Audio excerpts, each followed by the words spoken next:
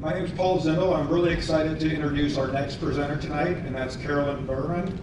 Carolyn is an anthropologist and a faculty member at the University of Akron.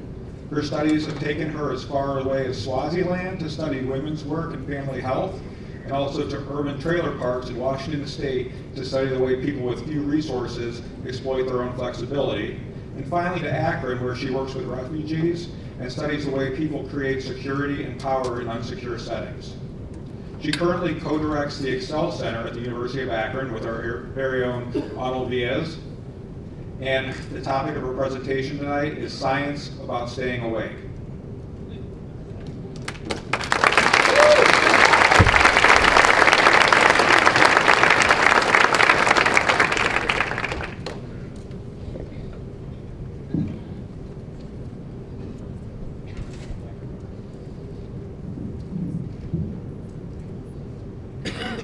How is that? All right? Science is about staying awake. To show this, I have two stories. The first one is about a man who failed at science but was praised for his work. And the second one is about a man who succeeded but was ignored. I close this with a poem. I'm a teacher, not a poet, so trigger warning, there will be vocabulary. We are all scientists. Ever see a baby drop a spoon from a high chair? That's data collection. Do it enough times and you begin to develop a hypothesis, gravity. If you do it more, eventually you discover the things that don't fit your model. Science is about staying awake, not falling asleep in the comfort of your last conclusion.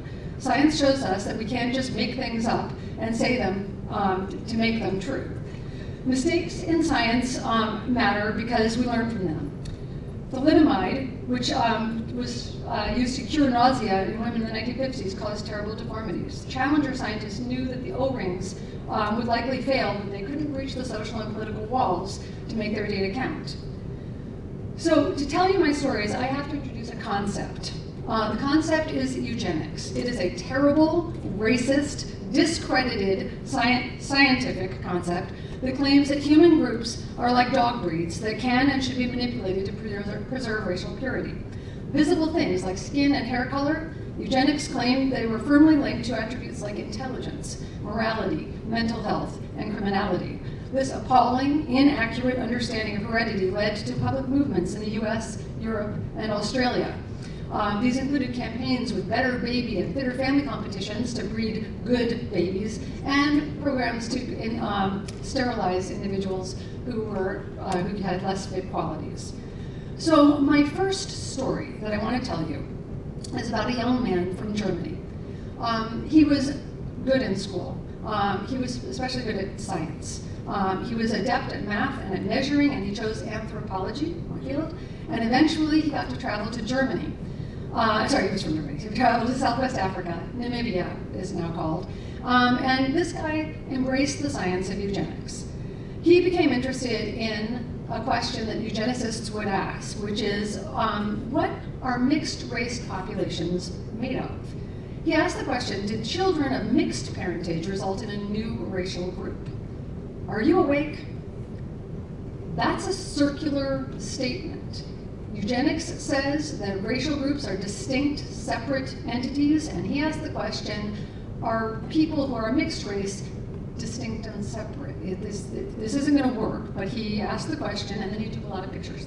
He took a lot of pictures, and he published them, and he concluded from the different populations that they don't produce a new mixed race. Instead, they are a blurred muddle of qualities. And asleep to his racist assumptions, he concluded that these qualities should lead us to separate the races and keep ethnic groups separate so that we can protect humanity's best qualities and assist white Europeans in becoming a master race.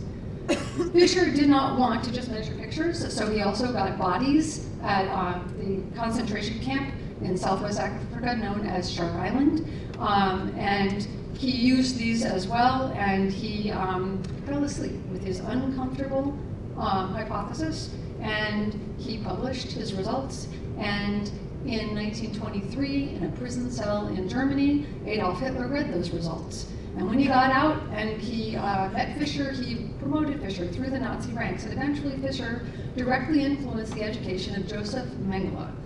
the sadistic director of the medical facility at Auschwitz, who tortured Holocaust victims, especially children, to learn more about their endurance before they died. This gets a little less depressing now. So there was another German man. He was also very bright. He excelled in math and science. He went to the Arctic to study the physics of light. And he wound up falling in love with his Inuit hosts and switched his path to anthropology and moved to the United States. The first professor of anthropology at Columbia University, he found himself sandwiched between the teeming streets of immigrants in southern Manhattan and the growing population of Harlem, fueled by the Great Migration bringing African Americans north. Civil, state, and federal authorities were concerned about the impact of immigrants and refugees and began to focus on Ellis Island and consider restrictive legislation. They asked Boas and his students to produce a study that would be able to describe the immigrants and refugees. Public perception of refugees at the time, immigrants at the time, many of whom spoke little English and came from desperate circumstances, was that they were of low intelligence and therefore potentially criminal. Eugenicists insisted that this was because their heads were small. Bigger heads were supposed to be associated with greater intelligence. Boas and his students measured and interviewed immigrants from Ireland, Italy, Asia, and Eastern European countries, all of whom were considered to be inferior races. Instead of looking for proof of inferiority, they tested assumptions at the root of the concern, that head size is inherited, unchanging across generations. They measured heads across 3 generations in the immigrant households and found that there was a big, statistically significant difference. The longer time that a person, a fetus, and then a child spent in the new environment, the bigger the head. This upended eugenics and demonstrated the importance of healthy diet and environment instead. Science is about staying awake to context, to assumptions, and to our shared humanity. So I'm going to close with a love poem to science, which I had borrowed from someone who thought it was a love poem to something else. Keep me from falling asleep too soon. Or if I fall asleep too soon, come wake me up. Come any hour of the night. Come whistling up the road, stomp on the porch, bang on the door. Make me get out of bed and let you in and light a light. Tell me the northern lights are out and make me look. Or tell me the clouds are doing something to the moon they never did before. Show me, see that I see. Talk to me till I'm half as wide awake as you and dressing, wondering why I ever went to bed. Tell me the walking is superb, and together we can seek to know this wonderful world. Not only tell me, persuade me.